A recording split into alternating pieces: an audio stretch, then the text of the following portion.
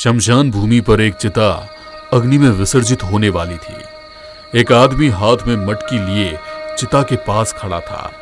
एक दूसरे आदमी ने नारियल मारकर उस मटकी को फोड़ा और फिर वो आदमी चिता के चक्कर काटने लगा।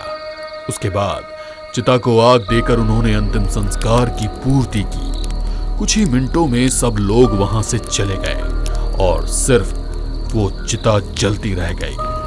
वो नारियल अभी भी वहीं जमीन पर पड़ा था। रात के सन्नाटे में एक तांत्रिक वहां आया और नारियल को उठाकर वहां से चला गया और फिर अपनी कुटिया के पास आकर उस नारियल को सामने रखकर कोई विधि करने लगा। इस विधि को करते वक्त उसे कई तरह की अजीब अजीब आवाजें सुनाई दे रही थी। तभी उसके आसपास धुआं छाने लगा। तांत्रिक, तू ठीक नहीं कर रहा है, रोक दे इस विधि को, तुझे मेरी बात माननी ही पड़ेगी। समा जाओ इस नारियल के अंदर। तभी वो धुआं तेज शोर करता हुआ उस नारियल के अंदर समा गया और चारों तरफ शांति छा गई। अगली रात ठीक 11 बजे एक वैशाली नाम की औरत, जिसकी उम्र करीब 25 साल रही होगी, वो उसी तांत्रिक के पास बैठी हुई थी।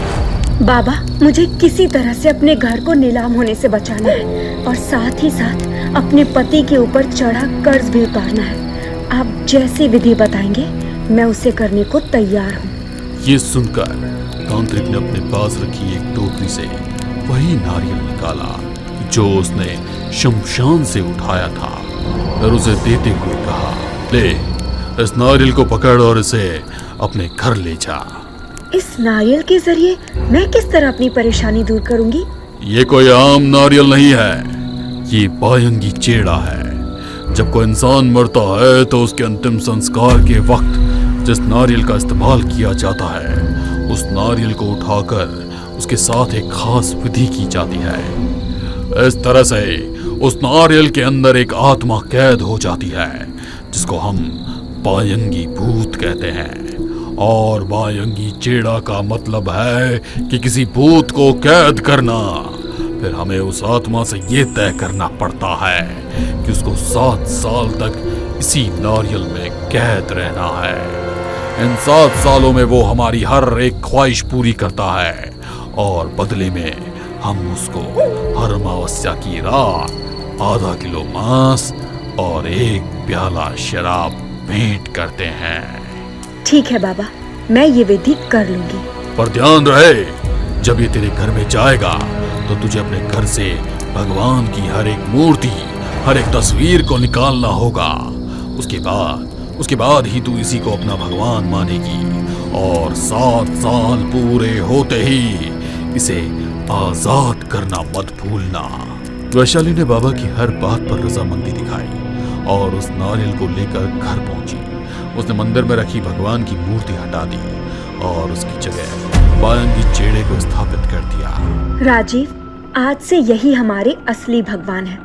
हे बायंगी भूत, मैं आपसे प्रार्थना करती हूँ कि आप सुबह उजाला होने से पहले मुझे कम से कम 5 करोड़ की मालकिन बना दे। अपने किसी एक दुश्मन का नाम बताओ। मेरा सबसे बड़ा दुश्मन है मेरा जेठ रोनित। तुम्हारी इच्छा जरूर पूरी होगी। रोनित शाम को ऑफिस खत्म करके अपने घर की ओर जाने लगा। तभी उसे रास्ते में उसकी सेक्रेटरी खड़ी दिखाई दी। अरे पल्लवी, तुम यहाँ क्या कर रही हो? सर, आज सुबह मेरे घर की इलेक्ट्रिसिटी चली गई थी, अभी तक फिक्स नहीं हुई है। सोच रही हूँ आज रात आपके घर रुक जाऊँ। अरे तो सोचना क्या है, मेरी पत्नी मेरे बच्चों को लेकर मायके गई हुई है, तुम आराम से रुक सकती हो। ये सुनकर पल्लवी उसकी कार में बैठ गई और दोनों रोनित के घर पहुंचे। दोनों ही इतनी मस्ती में थे कि घर पहुंचते ही बेड पर आ गए। रोनित सीधा लेटा था और पल्लवी उसके सीने पर चढ़ बैठी। अरे बाप रे, तुम्हारा वजन तो काफी ज्यादा है, मुझे मारने का इरादा तो नहीं है ना? हाँ, कुछ ऐसा ही समझ लीजिए। ऐसा कहते ही पल्लवी की आंखें लाल लाल चमकने लगी, जिसे देखकर रोनित चौंक पड़ा। हट मेरे ऊपर से, कौन हो तुम? रोनित बहुत जोर जोर से चीखने लगा। उसके चीखने की आवाजें हॉल में काम कर रहे नौकरों तक पहुंची। दोनों भागकर उसके कमरे पे पहुंचे तो उनकी आंखें खौफ से फटी की फटी रह गई उन्होंने देखा कि सामने की दीवार फटी हुई है। रोनित की गर्दन दीवार के अंदर है और बाकी हिस्सा बाहर। वो उसी दीवार के सहारे खड़ा हुआ था और खून उसके जिस्म से निकलकर पूरे कमरे में फैल चुका था। पास ही उसकी अलमारी खुली हुई थी जिसके अंदर लगी तिजोरी से सारा पैसा और जेवर गायब थे। यहाँ एक तरफ जहाँ मातम का माहौल था, वहीं दूसरी तरफ वैशाली के घर में खुशियों के दीप जल रहे थे। रोनित का सारा पैसा और सोने चांदी के जेवर वैशाली और उसके पति राजीव के सामने पड़े थे। दोनों की आंखें उसे देखते हुए चौंध रही थी। फिर क्या था, अगले ही दिन राजीव ने अपना सारा कर्जा लौटा दिया और घर के गिरवी रखे कागजात भी छुड़वा लिए। देखा आपने, भगवान के भरोसे रहते तो अभी तक सड़क पर आ गए होते। वो तो उस बाएंगे चेड़े की मेहरबानी है कि हमें ये धन मिल गया और हमारी जिंदगी संवर गई। इस बात से अब राजीव भी बहुत खुश हुआ था। अमावस्या की रात आने पर उन्होंने आधा किलो कच्चा मांस और एक शराब का प्याला एक कमरे में रख दिया। रात को उस कमरे में सांस लेने के लिए आवाजें आ रही थी, लेकिन दोनों में से किसी ने उसे खोल कर नहीं देखा। कुछ दिन बाद वैशाली ने एक बच्ची को जन्म दिया जिसका नाम उन्होंने श्रेया रखा। उसके बाद धीरे धीरे दिन गुजरे और ऐसे ही कई साल बीत गए। वैशाली, अब हमारे पास सब कुछ है। 7 साल पूरे हो चुके हैं। वक्त आ गया है कि अब उस नारियल को फोड़कर बाएंगी भूत को आजाद कर दिया जाए। अच्छे दिन चल रहे हैं तो आगे के दिन भी अच्छे ही होने चाहिए ना।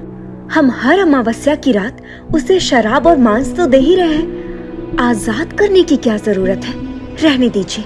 वैशाली की बात पर राजीव भी कुछ नहीं बोला और उन्होंने नारियल फोड़ने का इरादा छोड़ दिया। तभी एक रात 2 हट्टे हट्टे नौजवान उनके घर में घुस गए।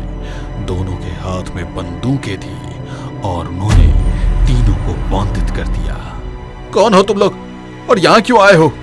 हमें एक अजीब से दिखने वाले आदमी ने बताया कि तेरे पास बहुत माल है। बता, कहाँ है? कौन सा अजीब आदमी? उन चोरों ने राजीव और वैशाली के सामने ही उनकी तिजोरी का सारा धन लूट लिया और रफू चक्कर हो गए। एक झटके में वो लोग बेहद गरीब हो गए। यकीन नहीं होता, ये सब कैसे हो गया? लेकिन वो नारियल अभी भी हमारे पास है। हमें घबराने की कोई जरूरत नहीं है। वैशाली उस कमरे में गई जहाँ बायंगी का मंदिर था। उसने उसके सामने खड़े होकर खूब अपनी ख्वाहिशें मांगी, लेकिन नारियल के अंदर से शैतानी हंसी की आवाज आती रही। अभी भी वक्त है, मुझे आजाद कर दो। नहीं, जब तक तुम हमें फिर से अमीर नहीं बना देते, हम तुमको आजाद नहीं करने वाले। ये कहकर वैशाली उस कमरे से निकली ही थी कि उसको उसकी बेटी श्रेया की चीख सुनाई थी। मम्मी! श्रेया बेटा! वो दोनों भागकर लॉन में पहुंचे तो सामने का मंजर देखकर उनका कलेजा मुंह को आ गया। श्रेया के पास एक भेड़िया खड़ा था जिसने उसका पैर मुंह में दबा रखा था। हट जा, जंगली जानवर! उन दोनों ने श्रेया को छुड़ाने की खूब कोशिश की, लेकिन उस भेड़िए ने उनकी आंखों के सामने ही श्रेया को चीर फाड़ कर खत्म कर दिया।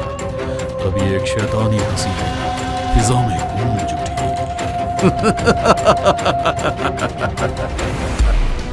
अब उन दोनों के पास घर के अलावा कुछ भी नहीं बचा था। एक रात दोनों भूखे प्यासे बेड पर सोने की कोशिश कर रहे थे कि उनके ऊपर छत से पानी टपकने लगा।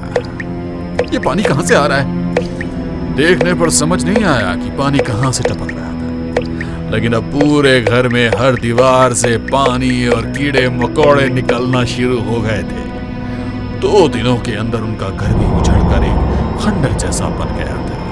एक दीवार की और उस दीवार के नीचे दबकर अब राजीव की भी मौत हो गई। नहीं, ये मेरे साथ क्यों हुआ? क्यों किया ऐसा तूने? हे भगवान! अब वैशाली के पास और कोई चारा नहीं था। वो मंदिर के बाहर बैठ भीख मांगकर अपना गुजारा करने लगी। रात को उसे वही हंसी की आवाजें सुनाई देती, जिससे परेशान होकर वो एक रात उस नारियल को हाथ में पकड़े उसी तांत्रिक के पास पहुंची। मैंने तुझसे कहा था कि 7 साल पूरे होने पर तुझे इस नारियल को फोड़ना होगा, लेकिन तूने उसे अब नाराज कर दिया, इसलिए उसने तेरा सब कुछ छीन लिया। हाँ, सब कुछ छीन लिया है, इसीलिए अब मैं इसको खत्म करने जा रही हूँ। ये कहकर वैशाली ने उस नारियल को जमीन पर दे मारा और उसके अंदर से धूस निकलने लगा। अब मैं आजाद हूँ, अब मेरी जगह तू बाएंगी चेड़ा बनकर रहेगी। ये सुनकर वैशाली को कुछ भी समझ नहीं आया। उस धुएं ने एक बहुत भयानक दानव का रूप ले लिया और उसने एक ही झटके के अंदर वैशाली के शरीर के 4 टुकड़े कर दिए। फिर तांत्रिक एक नया नारियल लेकर वैशाली की लाश के पास में बैठकर कुछ मंत्र पढ़ने लगा। वैशाली की आत्मा अब उस नारियल के अंदर कैद हो गई और इस तरह एक नया बाएंगी चेड़ा पैदा हुआ। तांत्रिक अपने हाथ में उस नारियल को लिए हंसता हुआ वहां से चला गया। शायद वो अब और किसी को तलाशने में निकल पड़ा था, कोई ऐसा इंसान जिसे अपना अगला शिकार बना सके।